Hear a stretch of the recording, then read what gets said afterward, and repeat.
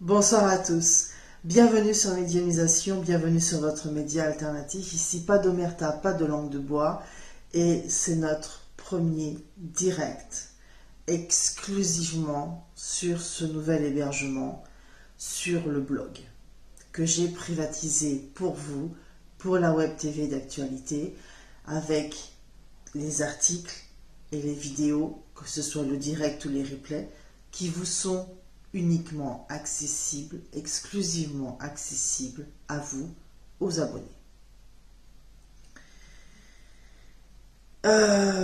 J'aurai d'ailleurs des choses à préciser, mais je vous referai une FAQ.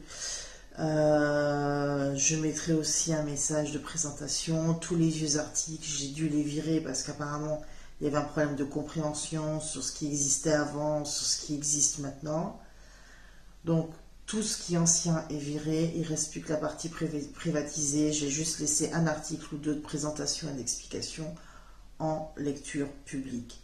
Tout le reste sera exclusivement réservé aux abonnés.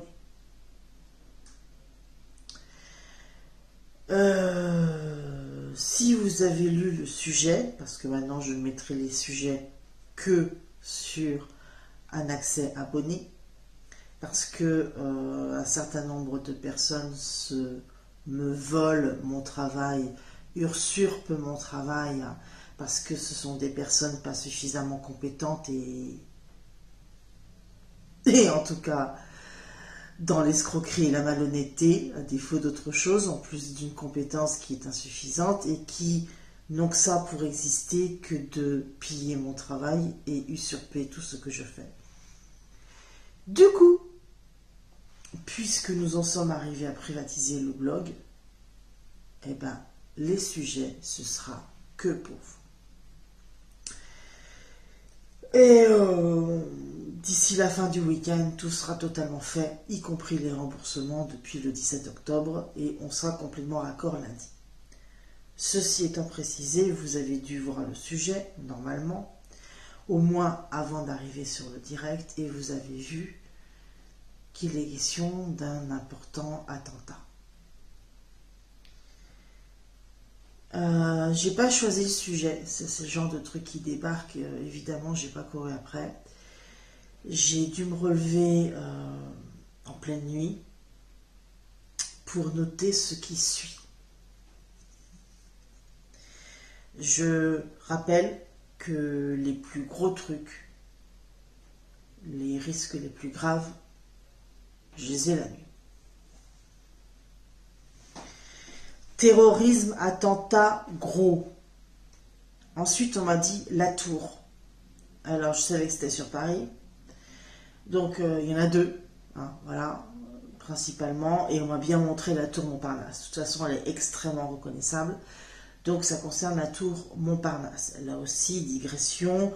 Je sais que de manière générale, il s'agit d'un point de mire et d'une des places les plus à risque sur Paris, et depuis des années, je le sais. Ce qui m'a été dit cette nuit, et je rappelle que les risques les plus graves, je les ai la nuit, parce que quand j'ai alerté par rapport au risque d'attentat sur une centrale nucléaire et qu'ils ont trouvé le fourgon avec 13 ou 14 bouteilles de gaz prêts à être utilisées, à quelques heures près, je l'ai eu la nuit. Donc, je ne suis pas en train de parler d'un risque, entre guillemets, normal, parce que c'est un site dont on sait qu'il est visé plus particulièrement que d'autres.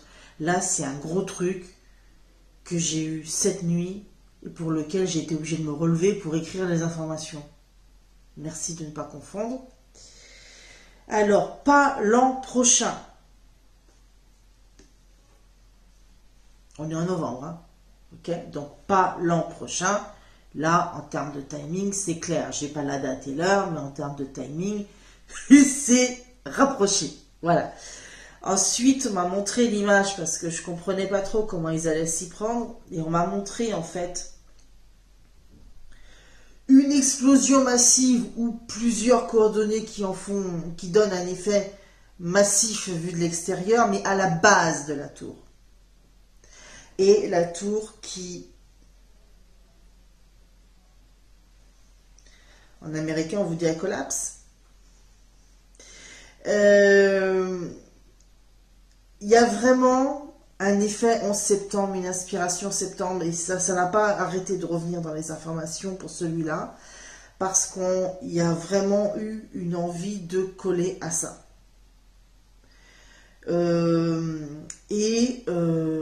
La tour Montparnasse, même si elle est une vieille tour maintenant et qu'il y a certainement des problèmes d'assurance et d'entretien dans cette tour, elle a quand même dû être construite solidement. Voilà, je ne suis pas urbaniste, je ne suis pas architecte, mais normalement c'était bâti de manière solide. Donc en fait on m'a montré, je vais essayer de le dire de manière le plus compréhensible possible, on m'a montré soit plusieurs explosions coordonnées qui donnent, vue de l'extérieur, l'impression d'une seule grosse, ou alors une seule grosse, parce qu'on m'a montré un point de vue extérieur, donc c'est l'impression que ça donne depuis l'extérieur au sol, et une tour qui est structurellement suffisamment atteinte, si vous me permettez de le dire de cette manière, pour tomber. En tout cas, c'est l'objectif. La structure, de gros explosifs. Alors, on m'a précisé pendant que j'écrivais cet après-midi, type BTP. Alors, je ne sais pas ce qu'il y a de particulier aux explosifs utilisés pour le BTP. Mais il y a des spécialistes comme ça aux États-Unis parce que, en fait, tout faire péter, ça coûte moins cher que de démolir bout par bout. Il y a des sociétés comme ça aux États-Unis qui sont spécialistes du placement d'explosifs avec une forme de coordination pour arriver à ce que la structure tombe. C'est ce genre de choses qu'on m'a montré, sauf que c'est pas quelque chose qui est préparé pendant 3 semaines, c'est une question d'opportunisme. Du coup, comment est-ce qu'on peut être opportuniste en termes d'accès pour poser ces trucs, mais avoir eu le temps de préparer avant? Là, même quand je donne des informations pour éviter les attentats, on m'emmerde. Voilà où ils en sont arrivés. Comme je le disais au moment où ça a coupé, ce qui m'a posé interrogation quand j'ai pris connaissance, quand j'ai réceptionné les informations, c'est que ce genre de choses nécessite des compétences et une préparation qui forcément demandent du temps, en plus accès à certaines informations, en plus des gens qui sont compétents ou qui acquièrent ces compétences. Et paradoxalement, il faut vraiment que ce soit bien préparé pour avoir uniquement de l'opportunisme d'accès pour poser tout ce qu'il faut en quantité suffisante. C'est paradoxal en fait. Et ça, c'est quelque chose à creuser. Je continue. Beaucoup de sang à craindre. Ben oui, il y a un certain nombre de personnes qui fréquentent cette tour. Donc, si c'est pas des jouets, et je rappelle que je ne parle pas d'un risque normal et récurrent, mais vraiment de quelque chose qui est susceptible de se produire à moyen terme, puisque c'est d'ici la fin de l'année. Il y a des chances qu'ils essayent avant Noël. Parce qu'ils n'ont pas réussi jusqu'à présent. Enfin, ils comprendront de quoi je cause. Les gens autour, donc il y a non seulement les personnes qui fréquentent, mais il y a tout le quartier autour, quoi. Je veux dire, c'est la quantité de monde qui vit et qui travaille autour de cette tour. Il y a quand même une certaine densité. En plus, avec le confinement, les gens sont obligés d'être chez eux.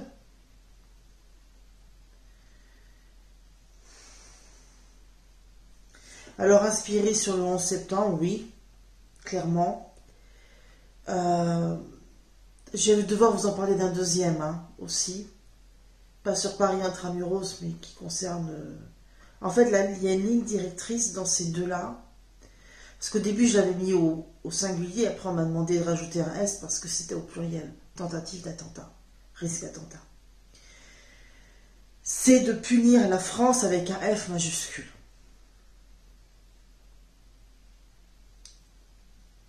Donc, ce qui relève de l'identité et de l'autorité de la France. Sachant que il n'y en a pas 36 des tours à Paris intramuros. Hein, voilà. Il me semble que j'avais déjà parlé de la tour Montparnasse en termes de risque, mais là, pour que je sois obligée de me relever en pleine nuit pour noter des informations, c'est vraiment un gros risque. C'est pas juste un risque récurrent, je me permets d'insister. Ensuite, c'est une déclaration de guerre. Donc les deux qu'ils ont prévus là, c'est vraiment dans un objectif de déclaration de guerre de la part des islamistes musulmans. Enfin, pardon, des islamistes. Oh, on se mélange à la fin. Pardon. Des islamistes, donc pas les musulmans en général, mais les islamistes qui nous poussent à une guerre contre la totalité des musulmans. Donc c'est une déclaration de guerre et Erdogan n'y est pas étranger.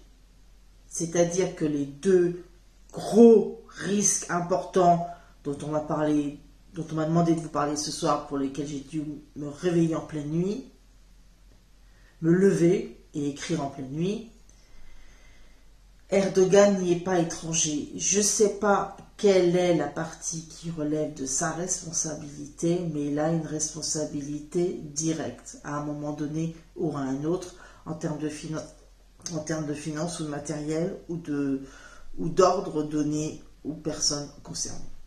Mais il y a Erdogan dans le dossier. Ils veulent faire pareil, donc le 11 septembre, ils veulent faire un 11 septembre français. Voilà. Et donc ils veulent être sûrs que la tour chute, et pas juste faire un attentat de surface. Et comme il n'y a pas 36 tours, qu'elle est vieille et qu'elle n'est pas la plus impressionnante, ils ont prévu autre chose aussi. De façon aussi à se coordonner, à savoir que s'il y en a un qui est empêché, qu'au moins ils puissent faire l'autre. Donc ça va être deux événements coordonnés. Et pas en avion au sol. Donc c'est pas un avion voilà. C'est pas les jours qui comptent, mais plutôt le profil. Même si il est clairement dit, et une des premières choses qui m'a été dite, c'est que c'était prévu avant la fin de l'année. Et apparemment ils vont essayer de réussir à le faire avant Noël. C'est pas cet axe-là de recherche qui sera le plus efficace pour identifier. C'est vraiment le profil, c'est-à-dire que il faut quand même des gens très entraînés qui ont les compétences, qui ont accès à du matériel qui n'est pas n'importe quel matériel, qui se démerdent à avoir accès aux emplacements permettant de nuire directement à la structure de la tour pour obtenir qu'elle chute. Donc tout ça quand même, ce sont des choses qui sont à profiler, quoi. Je ne peux pas être plus clair. Opération extérieure à 3. Alors il y en a, sur une opération elles sont 3, mais il n'y a pas que 3 parce qu'ils sont 5 en tout. Et opération extérieure, c'est-à-dire que ils sont projetés sur notre territoire pour commettre sur notre territoire. Et il y en a qui sont à choper qui ne sont pas encore là. Donner une leçon à la France. Je ne peux pas être plus clair.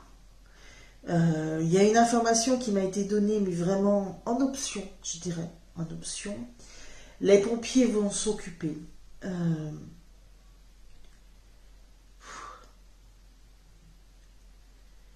J'espère, parce que vu les images qui m'ont été montrées, je vous assure, j'espère, très fort,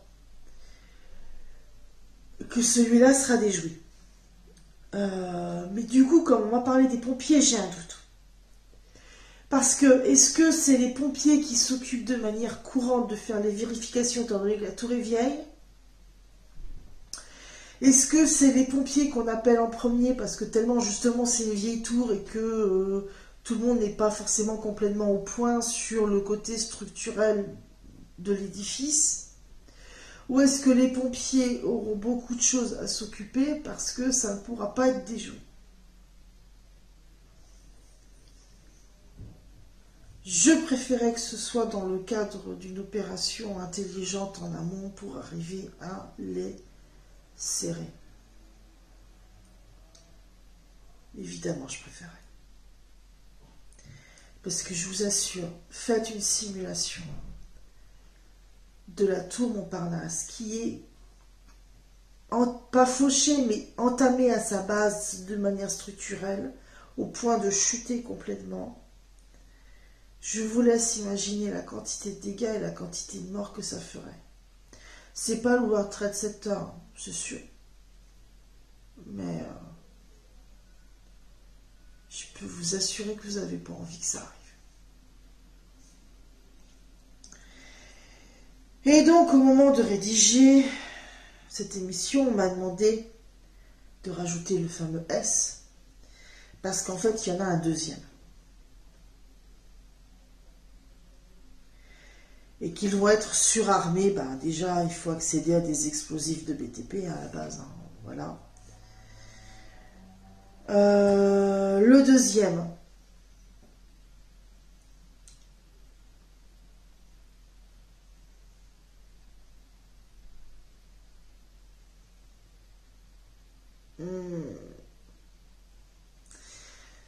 Suite. Non, non, ok, d'accord.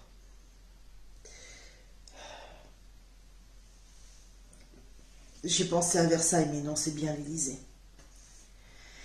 Donc, en lien avec le premier, coordonnées, ils veulent attaquer le château. Donc là, j'ai eu un doute, mais non, non, c'est l'Élysée. Donc, c'est 2 sur Paris. C'est pas 1 sur Paris intramuros et 1. Non, c'est vraiment 2 sur Paris intramuros. Et là, je suis en train de me faire engueuler. Comment veux-tu qu'ils arrivent à se coordonner? Ok, d'accord. Je continue. Des hommes surentraînés, peu nombreux, on m'a montré 5 en tout. Alors, 5 en première ligne, mais pas forcément que 5 en tout. Pardon.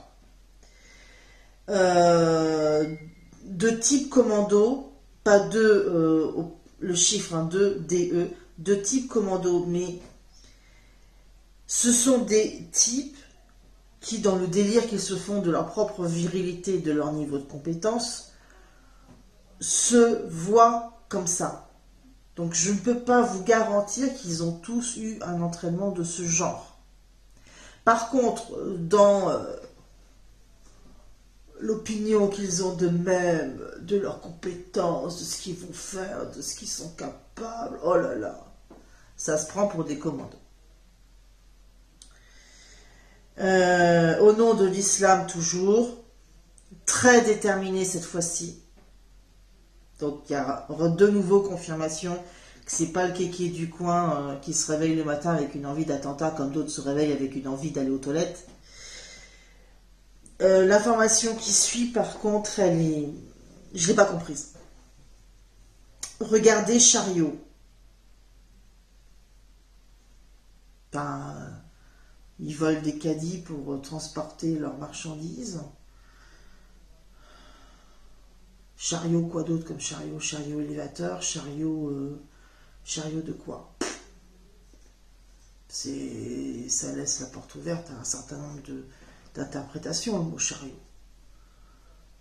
Après, il y a peut-être une notion chariot dans l'usage des explosifs et dans l'usage de l'architecture et du BTP, mais là, c'est pas mon domaine, hein, j'y connais rien. Mais en tout cas, ça a été dit comme ça. Regardez chariot. Je continue. 5 en tout, ça suffit pour foutre la merde. Donc 5 en première ligne, mais pas forcément 5 tout court, puisqu'ils sont projetés. L'opération est projetée. C'est une opération extérieure, donc venant d'un autre pays. Et il passe, ou il y a au moins une partie qui passe par la Tunisie. On ne m'a pas montré la Tunisie comme étant de manière formelle et affirmée le pays d'origine de manière exclusive. On m'a montré la Tunisie comme point d'entrée. Et je rappelle que l'on m'a clairement, et c'est une des toutes premières choses qui a été dite, fait comprendre qu'Erdogan n'y est pas étranger. Et Erdogan, c'est la Turquie, c'est pas la Tunisie. Donc la Tunisie m'a vraiment parlé de la Tunisie comme un goulet d'étranglement, comme un lieu de passage pour entrer. Voilà.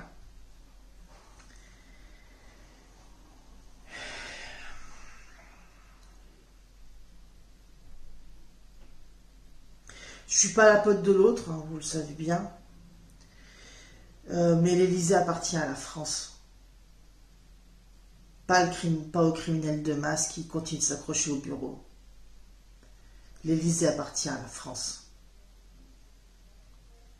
Et j'ai pas envie qu'il touche à l'Élysée.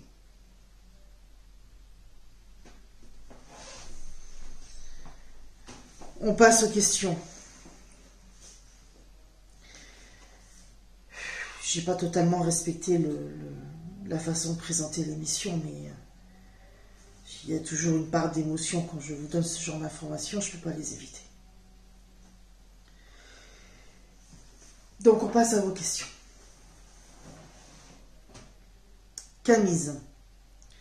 Des attentats contre les médias BFM et les autres? Non. Quand je vous ai parlé d'un risque physique pour certains journalistes, parce que je ne généralise pas, j'insiste, mais ceux qui sont le plus dans la lèche, dans la soumission, dans l'aide au maintien par rapport à Macron et sa clique, eux, ils vont avoir besoin de s'inquiéter. Et il y en a 3 qui sont identifiés, j'ai pas les noms, mais on me dit 3. Ce dont je parle ce soir, et ce ne sera pas par des candidats au terrorisme, ce sera par des citoyens français qui n'en peuvent plus.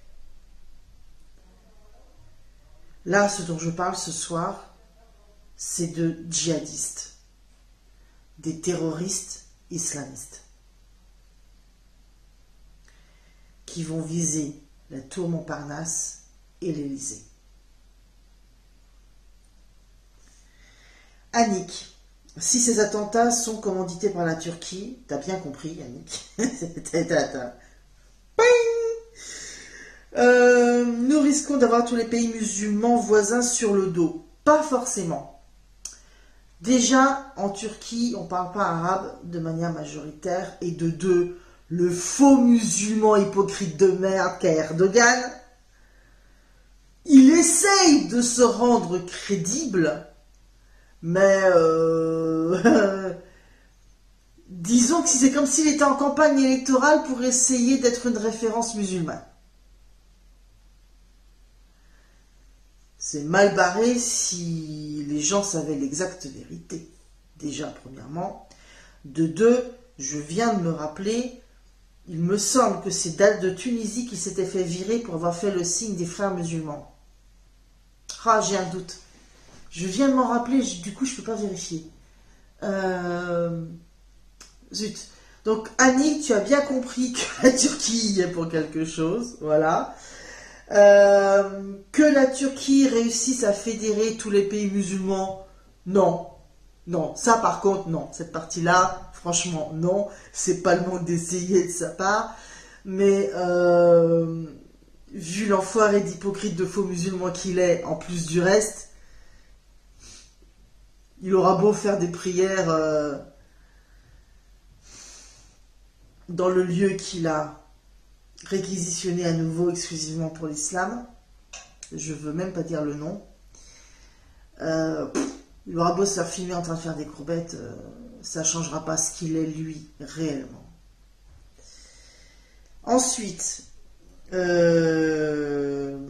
que tous les Turcs qui résident chez nous, ça par contre, il y a un vrai problème. Et on a déjà eu la preuve, hein. C'est-à-dire que il y a comme une commanderie avancée de Turcs très politisés sur notre territoire, qui, quand on leur en donne l'ordre, foutent la merde sur notre territoire. En plus de faire semblant d'être intégrés, de toucher des allocs, d'avoir des trucs HLM, etc. Et c'est pas la peine de me traiter d'extrême droite. Les faits ont déjà eu lieu et il n'y a pas longtemps. Donc c'est une preuve et on le sait. Ils sont comme une commanderie en territoire ennemi. Alors, dernier point de ta question, très chargée, Annick. Peut-être est-ce ce que cherche Macron? Non. Tant pis, je vais être cash. Sur ce coup-là, il est très con. Parce qu'en fait, avec le type qui se... Parce que j'ai quand même surnommé Macron, Jupiter, Clémenceau, quasiment Dieu, c'est pas pour rien. Donc, il a voulu faire son cake, qui domine, qui méprise et qui donne des leçons dans d'autres pays. Déjà que ça marche pas en France et qu'il est pas loin de finir mal, mais de la part des Français, le gars, du haut de son prestige, dont il est ultra persuadé pour lui-même, il est parti faire son kéké de Macron qui donne des leçons à tout le monde dans d'autres pays. Macron est directement à l'origine d'une partie de la fièvre et d'une partie du risque attentat qu'on est en train de se taper en ce moment. Et je suis pas en train de dire qu'il fallait prendre des gants avec Erdogan. Je dis qu'il s'y est mal pris, qu'il s'y est pris comme un con. Voilà.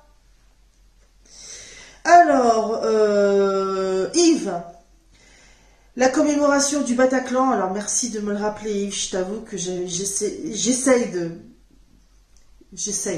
zapper le Bataclan. Non pas dans l'absolu, mais parce que justement je l'ai très mal vécu. Donc la commémoration du Bataclan est proche, sujet qui t'a marqué, me fait penser au sujet de soi, penses-tu que c'est en rapport? Non. Clairement, non. Comme je viens de commencer à l'expliquer en répondant à Annick, le pic de risque qu'on est en train de se taper en ce moment est, allez, on va être gentil, on va dire à 80% dû au fait que Macron a été très con. Et qu'il a voulu faire son Macron comme il fait en France, sauf qu'en France, il se planque derrière des policiers et des militaires, et qu'il bidouille les lois, et qu'il nous enferme avec le confinement, pour éviter qu'on s'en prenne à lui physiquement. Mais il n'est pas le président des autres pays.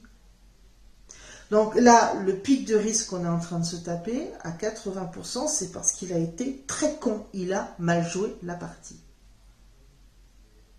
Et je ne suis pas pote avec Erdogan.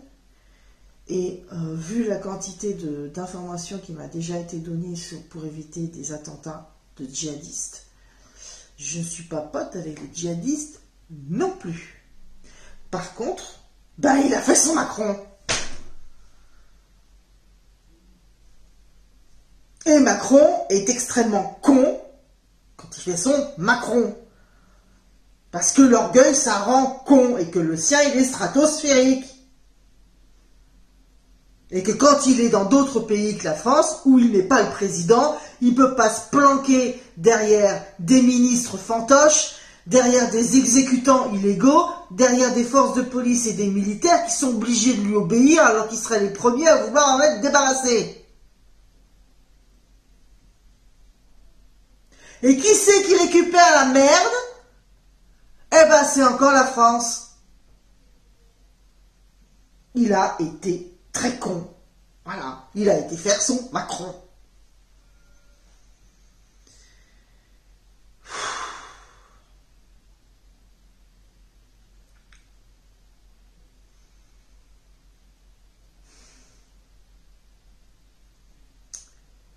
J'espère de tout cœur que ça va être déjoué. L'Élysée, c'est plus compliqué d'y rentrer. je m'inquiète plus pour la tour Montparnasse. Vu la quantité de monde qui gravite dans ce quartier, la quantité de population qui y vit, qui bouge, même avec le confinement, même avec le couvre-feu, pour moi, c'est celui qui est le plus à risque des deux.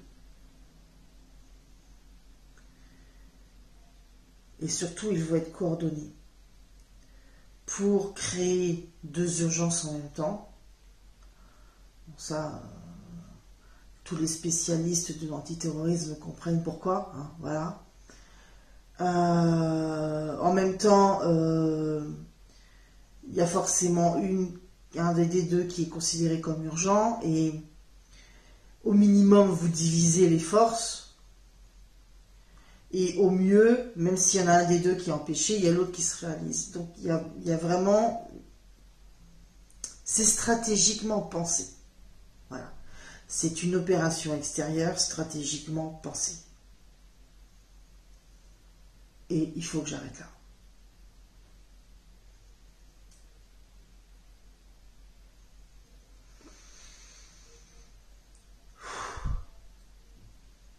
Je vais compter les jours jusqu'à Noël, moi. Je vais quand même vous souhaiter une bonne soirée et un bon week-end.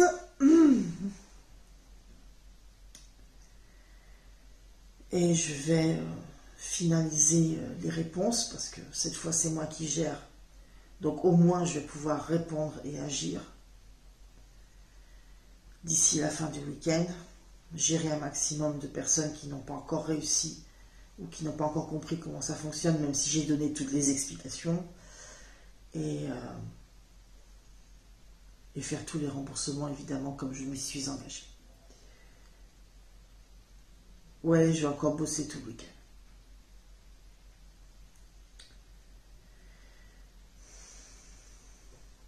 Bonne soirée à vous.